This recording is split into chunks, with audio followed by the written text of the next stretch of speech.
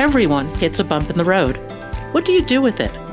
Be inspired as we explore the ways people experience, navigate, and manage the ups and downs and twists and turns in this road trip called life.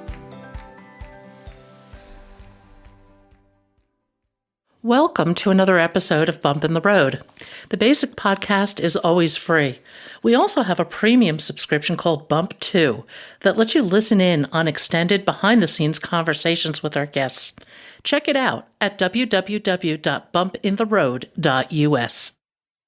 Lise Deguire is the author of Flashback Girl. As a child, she suffered third-degree burns over 65% of her body. The ensuing years would be round after round of brutal burn treatments and skin removal, resulting in heavy scarring. Today, she is a psychologist, and she brings her pain and trauma, incredible optimism, and resilience to the table to help others. You will love this podcast.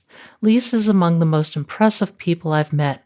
Please welcome her to Bump in the Road. Lise, welcome to Bump in the Road. If you would, tell us your story. Thank you so much for having me, Pat. So yes, my name is Lise Deguire, and I am a psychologist and an author and a childhood burn survivor. And I would say that's where my story begins. My story begins when I was 4 years old and on vacation with my family. It was our first night of vacation. We were borrowing the cabin of some friends of ours on Lake Winnipesaukee in New Hampshire, which I don't know if you've ever been there, but it's very beautiful there. And the cabin was right on the lake, and it was time to have dinner. So my mother, was trying to figure out what to make for dinner, and she found this can of something that she believed was lighter fluid.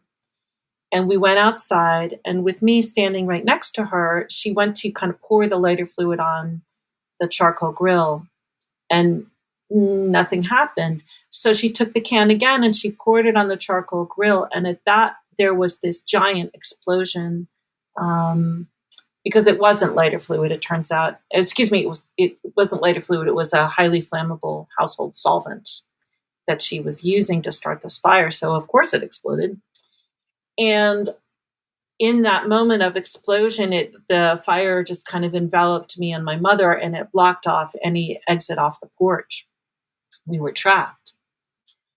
My mother realized that there was one way out of this situation. My mother was a very smart person. She had a lot of problems, but she was very smart. And the way out was to dash through the wall of flame and right into the lake. And that's what she did. But she left me in the fire. But thank goodness my father was there, and he was able to run around the porch, and was just tall enough to be able to reach me, and I was just small enough to fit through the holes of the fence around the porch, and he threw me in the lake, and I was saved. So at the end of all of that, I was left, severely burned, third-degree burns, which is the worst on 65% of my body. And this is, over 50 years ago, when a child like that, we're extremely lucky to survive. And that started basically my life as a burn survivor, trying to recover from that emotionally and physically.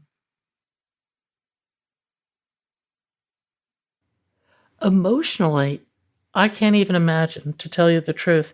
There are so many components to this. I mean, going through all the years of burn therapy and grafts and everything else, which were brutal. I mean, they didn't even use anesthetic back then, did they?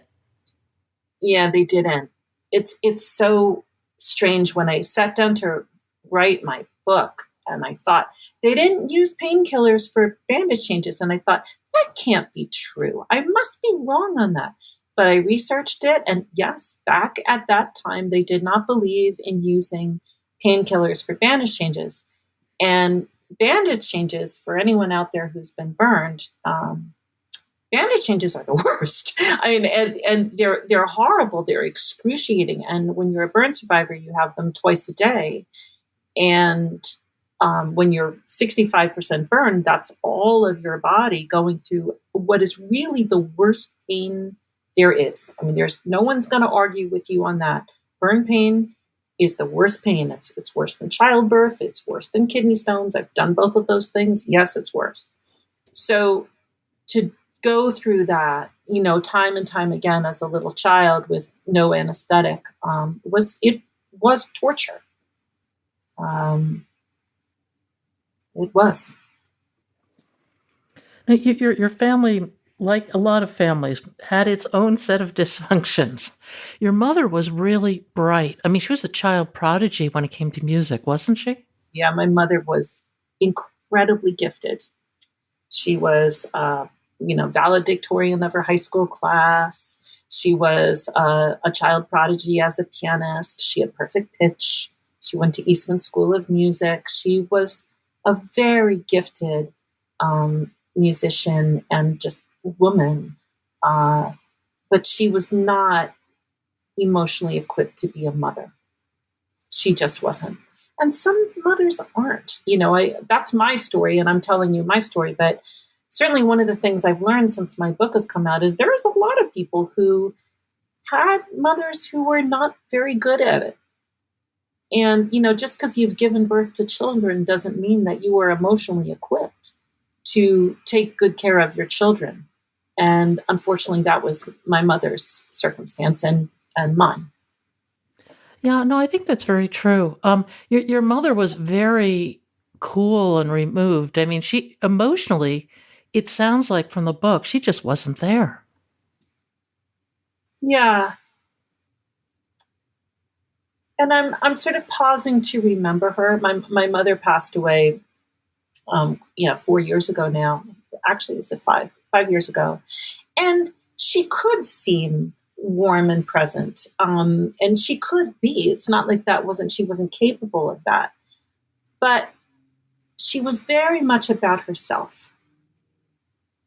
And of course, I don't know if you have children, Pat, but when you have children, you really, yourself is just not that important most of the time. And your kids have to take priority because they depend on you. And my mom was not up for that, for me or for my brother. And we really suffered because of that. Oh, I think everybody in that situation does, because, excuse me, as a young person, I mean, our parents are the ones who validate us. Yeah, sure. We depend on our parents to even give us all the information on what the world is like and what to expect from people and what we are like and who we are. Our parents give us all those messages. Yeah. I find that so fascinating. We all have these worlds of belief, if you will. All the rules, and this is the way the world is, and no family has the same rules. They never match up. And no set of rules is entirely right, Yeah. And then we all go on to school in our specialties. It's amazing we communicate at all, actually. Good point. Now, you went on to become a psychologist. Yes. Yeah. So I guess the backstory there is another tragedy. I became a psychologist, I think, very much in reaction to the loss of my brother. I had an older brother. His name was Mark Emile Deguire, and he was everything to me. I really mean it. Those siblings that are super close, that was us. And he was 5 years older than me, and he really was the mother and father that neither one of us had. And he was that to me. He took great care of me. He was just a phenomenal human being, very open-hearted, very genuine and warm. He was a genius. I'm not exaggerating. He graduated high school in 3 years. He went on to MIT, majored in physics, got virtually perfect board scores. Like, he was a genius. And I, of course, was this incredibly pathetic, horribly disfigured, bullied and taunted, burned kid. And my brother was the genius. And shockingly, I think to everyone, and very much to me, my brother came to a tragic end. And we can get into that if you want to. And I did not. I am like this person who's out there thriving and now actually leading a beautiful life. And so I lost my brother when I was 14. He was 19. And from that moment on, I think I was very focused on trying to understand people and how some of us make it and why some of us don't and how to help people make it. And so, yeah, I became a psychologist very much in reaction to what happened to my brother. I'm fascinated by something similar. It's why I do this podcast. I'm actually fascinated by how people navigate these life-changing bumps. What are the traits? What are the strengths that they bring to the equation? Why do some people manage to get through it and others don't? And I'm not a psychologist, but I find that decision point where you're going to make it through or you're not to be just fascinating. Over the years, what have you found? What are those traits that are so important in terms of survival? Yeah. Well, you and I are both then fascinated with the same phenomenon. And so to me, that's the phenomenon of resilience, human resilience. And I speak about this quite frequently, about human resilience and what it is and how we can get better at it. So if you want the answer, I've got quite an answer for you, I guess. Oh, go for it. No, I'm really interested. So resilience is comprised of a lot of different factors, and they all interact with each other for good or for bad. And there's genetic factors, which we can't control.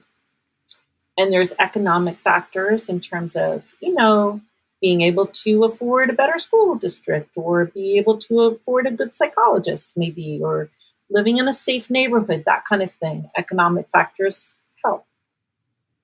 But really, the mindset of resilience is the same across cultures, across racial groups, across poverty or economic means.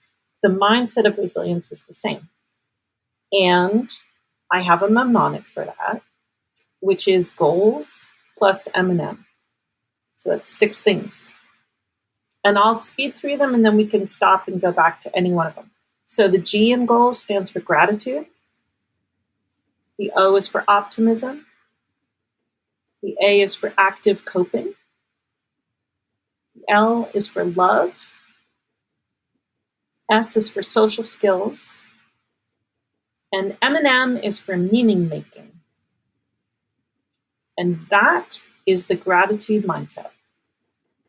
The nice thing about that is every one of those things we can work on and get better at. And I'm going to pause and just let you.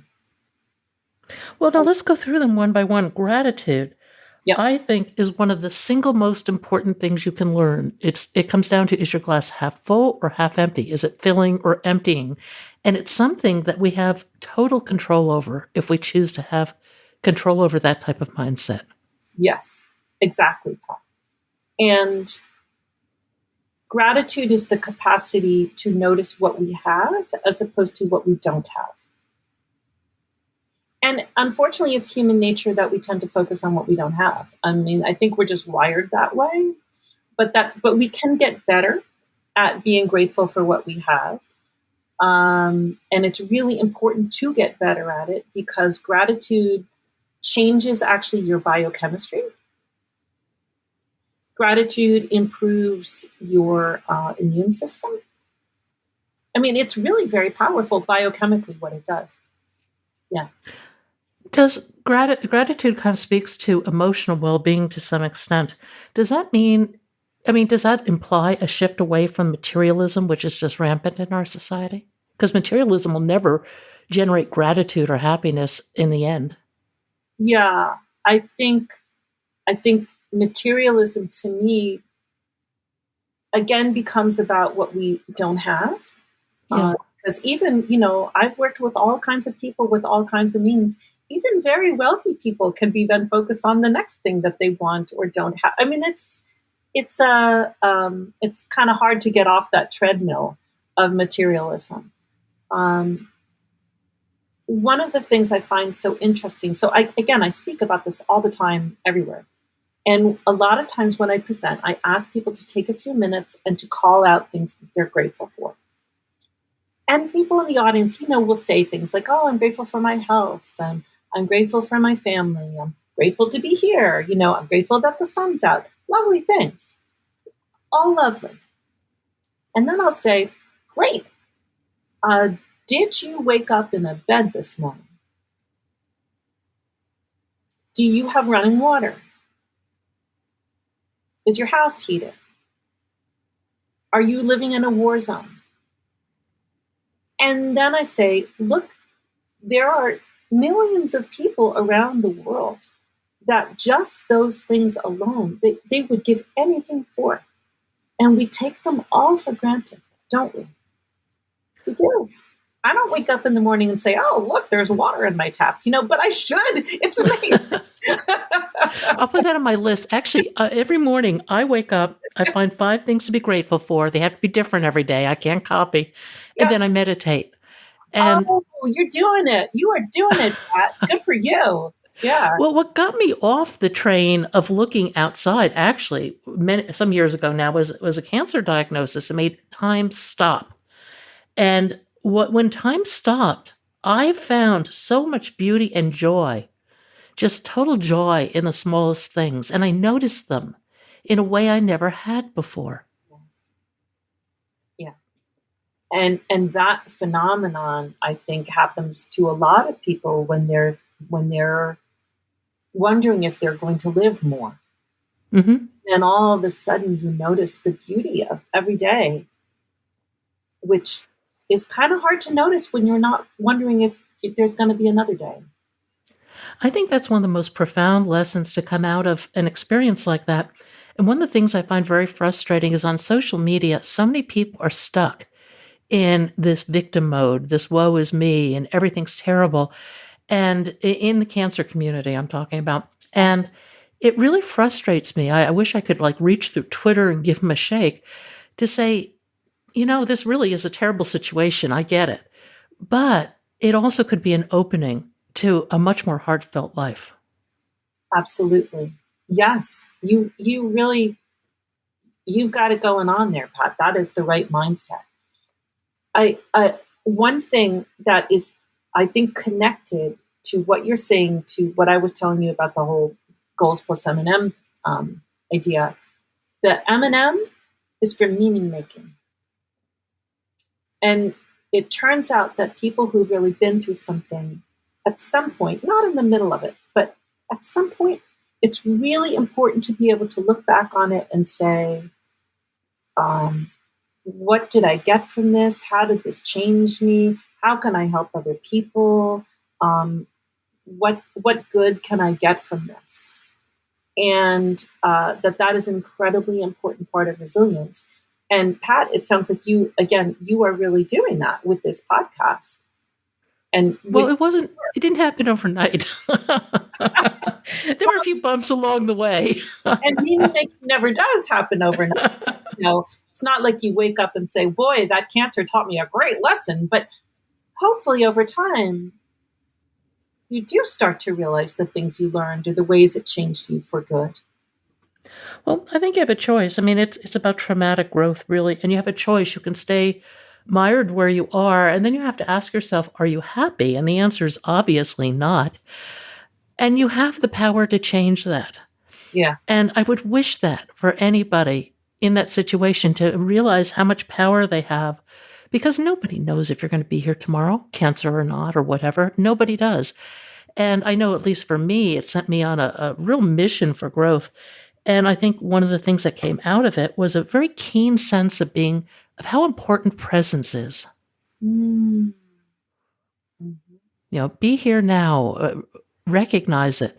And in my life, I've had numerous flow experiences that were just extraordinary. I've had many flow experiences, but I have some that were really just transcendent and eternal, if you will. They were just fabulous. And you can only have that if you're present. Yes. Mm-hmm.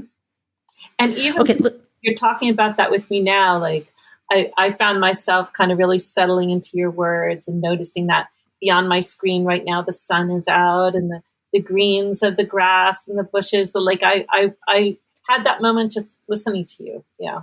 So thank you. Oh, thank you. Now, next on the list, optimism. Is optimism something we can learn?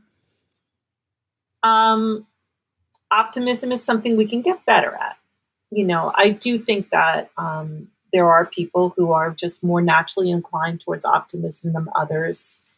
And some people are really, as you said earlier, glass half empty people. That's the way they are inclined. But we can get better at it. So one of the things I read about optimism that really struck me is that optimists and pessimists are looking at the same set of data, but they're focusing on different parts of it. Interesting. Yeah. I don't know if I'm naturally an optimistic person, although people would say I am. And to some degree, I am. But I think my optimism comes from creativity, because I can always see a situation and I see the world very differently than a lot of other people, and I can always see different options that are not the status quo. Yeah, and that is actually one of the keys of optimism. So people who are optimistic don't have to be like, these just incredibly cheerful people. It's the capacity to say, well, it could turn out okay. It could turn out this way, and this way could be fine, as opposed to just always focusing on those negative what ifs that a lot of us get trapped into. Yeah. Oh, everybody gets in that loop now and then. But I think that as you get older over time and more practiced at navigating life, you can realize when you're in that mode and say, this is not good for me. This is not where I want to be. I mean, I think it can become a conscious choice. Yes. Yes. I'm hearing that you are a very mindful person. I've worked at it. I've had numerous events throughout my life that have caused me to go in this direction. And I'm enormously grateful for it. Life is so much richer and more interesting when you're looking within rather than looking for something outside of you to satisfy your latest craving. Yes, right. Absolutely. Mm-hmm. And it's a much more infinite world than the material world. Yes. And much more meaningful. Yeah. What is active coping? Yeah. So on goals plus M&M, we've done G for gratitude, O for optimism. We're on to A for active coping. Active coping is the ability to have a problem and say, well, what can I do about this problem, and do it. Active coping doesn't mean that you have 100% control over a problem, because, who does, right? But some of us, when we have problems, tend to be really passive and say, oh, no, I can't believe this happened to me. I hope it gets better. And some people, when they have a problem, they say, oh, no, I can't believe this happened to me. Like, well, what can I do? And those are the active copers. And sometimes, the thing you can do is small, right? But there's always, I mean, really always, something you can do to help yourself when you have a problem. As a psychologist, I work sometimes with people on in extremely terrible situations. And the thing I focus on then with them are like, are you eating? What are you eating? Are you sleeping? How much? Just very basic self-care things. But you know what? If you can get those very basic self-care things working for you, you will feel better. So I have yet to see a situation where there wasn't something, little thing, maybe being more present, that a person could do to help themselves through a crisis. And when you concentrate on that and you get some traction, that's a good feeling, makes you feel better, a little bit stronger, and then you can concentrate on the next thing. So people who are resilient are really good at that active coping stuff. Well, I think bringing energy into the equation is the key. It doesn't have to be a lot. It doesn't have to be major, just like you said. But you have to bring some energy into the equation. And if it doesn't matter what you do, as long as you get moving in some direction, you'll figure it out. Right. Yes. I know. I think too. Part of active coping is a search for control in uncontrollable situations. And I remember going through cancer. I really came down to the point, and it was partly based, I think, on a Dean Ornish study that he did at UCSF. Yes, UCSF. And it was with men with prostate cancer. But one of the things he talked about were the things that you do control, and you do control what you think, who you hang out with, what you eat, what you do. Yes, yes, yes, and yes. Mm-hmm. And that sounds so simple, but it's so profound when you think about it. Mm-hmm. Yeah, it absolutely is. Okay, next on the list is love. Mm-hmm. So resilient people have love in their lives. And the second part of that is that sometimes the people in our lives are not necessarily capable of loving us the way we want to be loved. So, for example, we talked about my mother earlier. I mean, God bless her. She meant well, but she really did not do right by me and my brother. She meant to, but she really, really didn't. So you could say, well, gosh, what's going to happen to that poor little girl? She's burned. Her mother doesn't take good care of her. Like, what's going to happen to her? But I had other people who loved me. I had my brother, who I mentioned to you before. I had grandparents, I had friends. I had my plastic surgeon who took really great care of me all those years in the hospital. Like, I had a lot of love in my life. It wasn't necessarily who you'd think it might have been, but I had it. And resilient people are, I think, kind of good at noticing who loves them and building up those relationships and not just negatively focusing on the people who are disappointing, because everybody's disappointing a little bit, right? Oh, absolutely. Except for our animals. Yes. Right. Don't get me started on my dog, Frankie.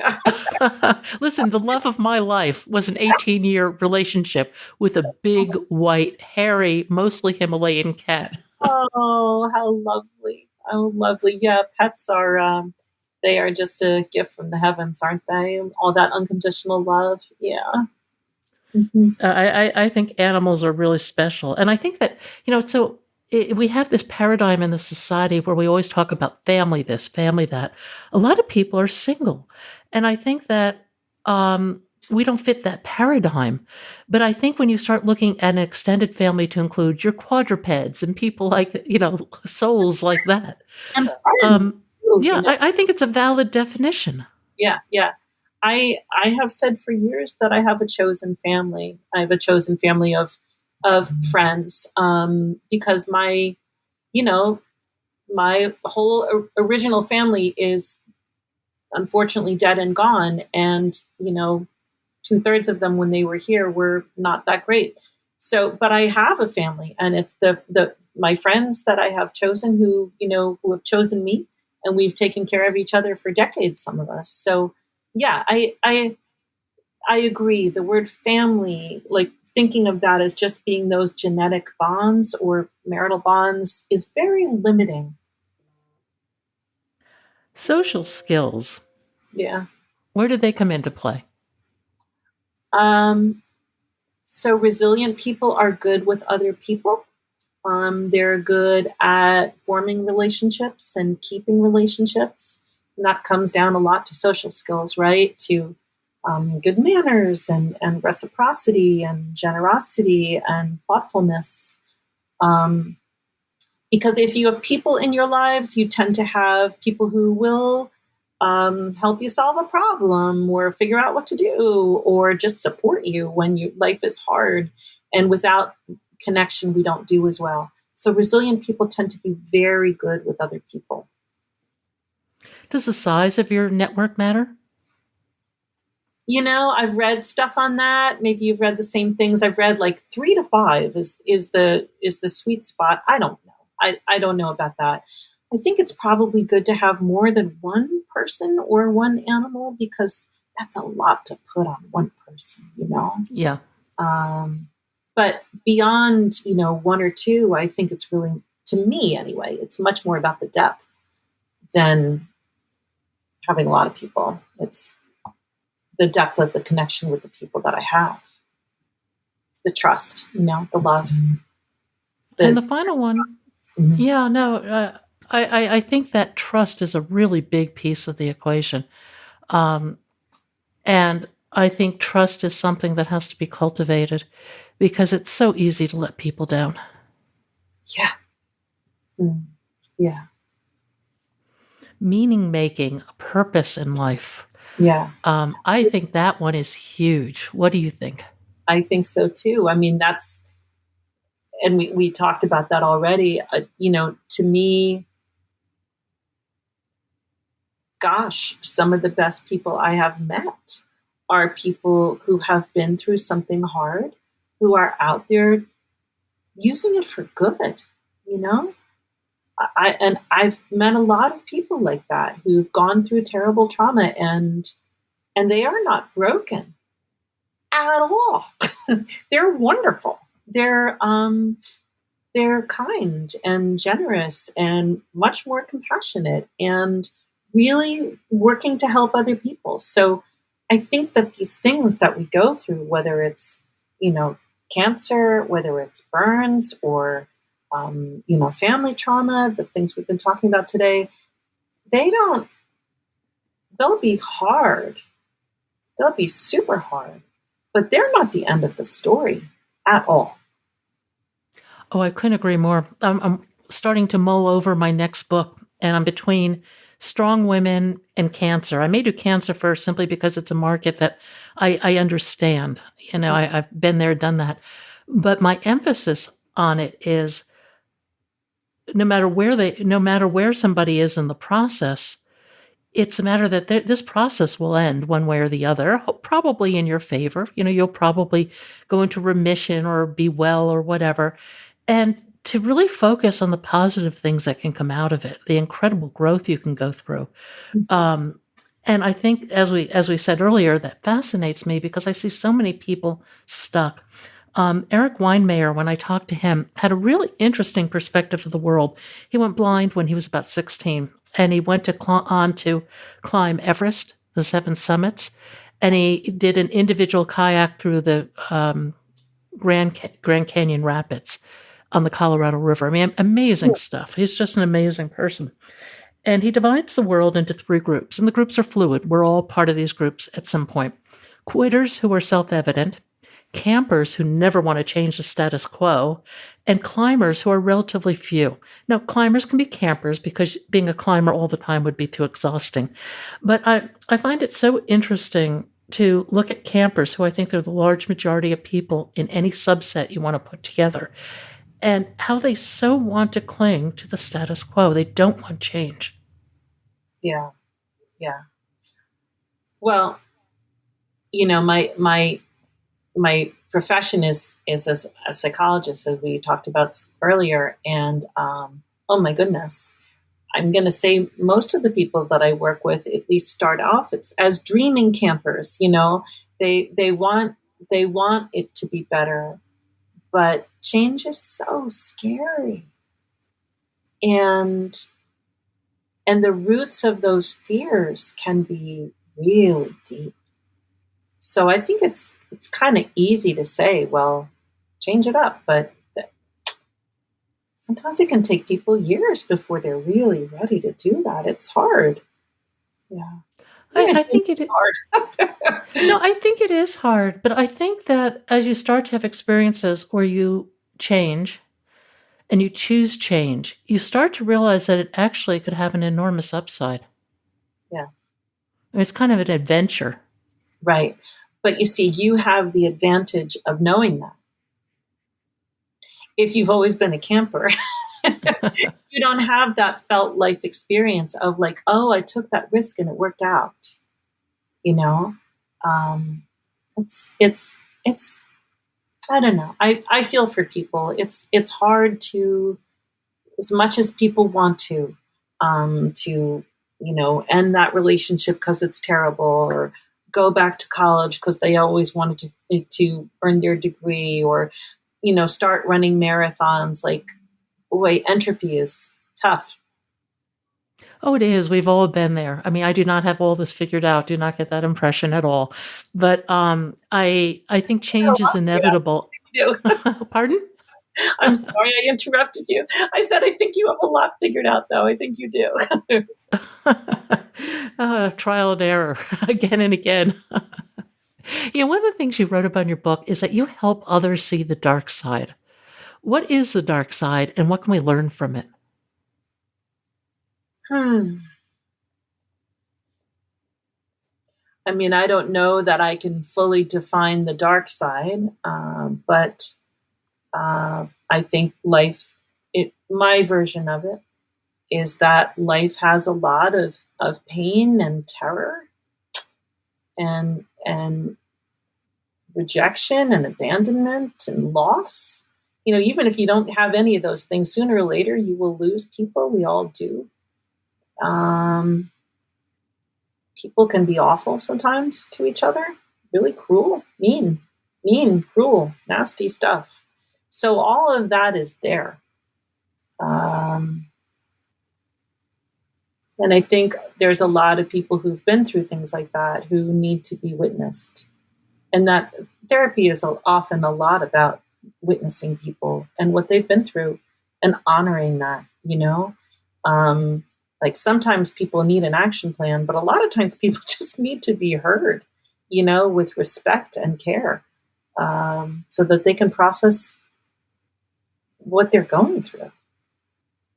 Well, I think those dark events leave their mark in us, and then we have to figure out how to release it, not just cope with it, but release it, because otherwise I think that energy stays with you and it haunts you forever. Yes. Yeah. Mm-hmm. I'm with you. What advice would you give somebody facing a serious bump in the road? Goals. Goal MM. I mean, yeah, sure. There's that, the mindset of resilience. The other thing I would say is that most of us are capable of resilience. It turns out that looks like about 2/3 of people are capable of overcoming terrible things, and that we are afraid that we can't, until we're faced with it, and then we learn that we can. And so that's one thing I would say is you are probably going to get through this better than you think. And that there's plenty of people out there who have walked in those shoes. There's those of us out here who are willing to tell honest stories about how hard life can be. And we tell them just so that when someone else is coming along who's going through terrible things, that they know, like, yeah, it was like that for me too, and I made it through, and I bet you can too. Maybe that's a simplistic answer, but that's what comes to my mind. No, I think that reinforcement from a peer group or somebody who's walked that path before you is so important. It gives you a point of light, of optimism, that there is something out there. Yes, because it's really important to have hope that you can get through something. And hope doesn't mean like you feel great about it, just sort of that little glimmer at the end of the tunnel that, like, there's still something to keep walking towards, keep going, keep trying, And it's not an oncoming train. Right. Yes. If you could rewrite your story, would you? Well, that's so interesting. If I could rewrite my story as a burn survivor, I do not think that I would, because I've learned a lot from it. And I think it made me a better person. And I help a lot of people now, both through, my psychology work and through the books. So in that way, I wouldn't. But there is one thing I would change, and that is the loss of my brother. I would change that in a heartbeat. So I'll fill in the gap, which is that I haven't mentioned this as we've been talking today. My brother took his life, when he was 19. And it was a great tragedy. And I would bring him back in a heartbeat. That is the thing I would change. I speak a lot about him, partly because I want everyone to know how wonderful he was, and also partly because I know that there are plenty of people out there who struggle with suicidal thoughts. And I want everyone to know that, the loss of my brother was the greatest tragedy of my life. And that, when you're suicidal, you think that people will maybe be better off without you. And it's just not true. No one's better off without you. And then again, I would say to people who are out there who are struggling, thinking those things, that, try to have that little ray of hope we were just talking about. It might feel like it'll never get better, but gosh, it usually does. There's such a stigma in our society about seeking mental, emotional help or support. And I don't understand why. I mean, I do, kind of, but it just seems to really not make sense. You've got to take charge of your well-being. Yes, yeah. I think there is a terrible stigma about it. And honestly, it's getting better, believe it or not. It used to be worse. Now people will at least, say, oh, I'm in therapy, or I take medicine. And, you hear celebrities talking about that and stuff like that. So it actually is getting better. But we've got a long way to go. And it is really a shame because, I was in therapy a lot. That's one of the reasons why I'm healthy. Maybe the reason why I'm healthy is I worked on myself and I got help from people who were really, really good. So yeah, it's a shame because therapy really can help people, and medication sometimes, when it's called for, can really help people.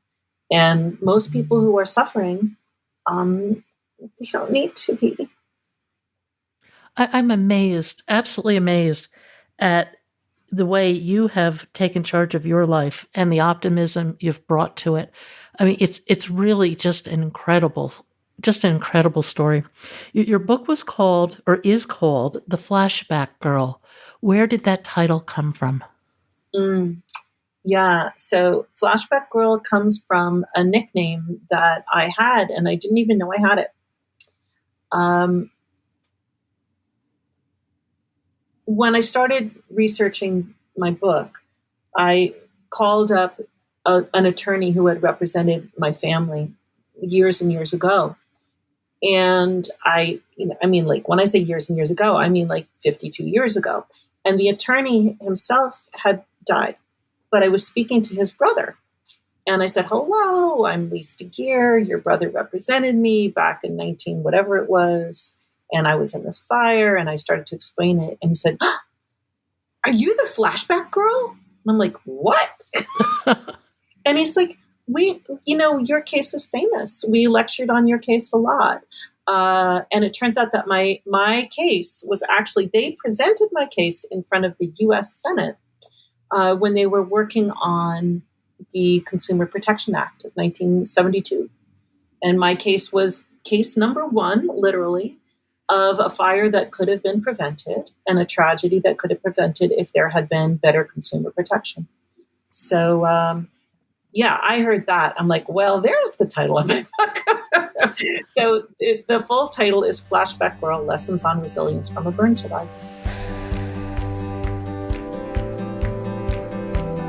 Thank you for listening. I hope you'll support this podcast by becoming a Bump 2 subscriber. Buy us a cup of coffee. It's your support that makes this podcast and website possible.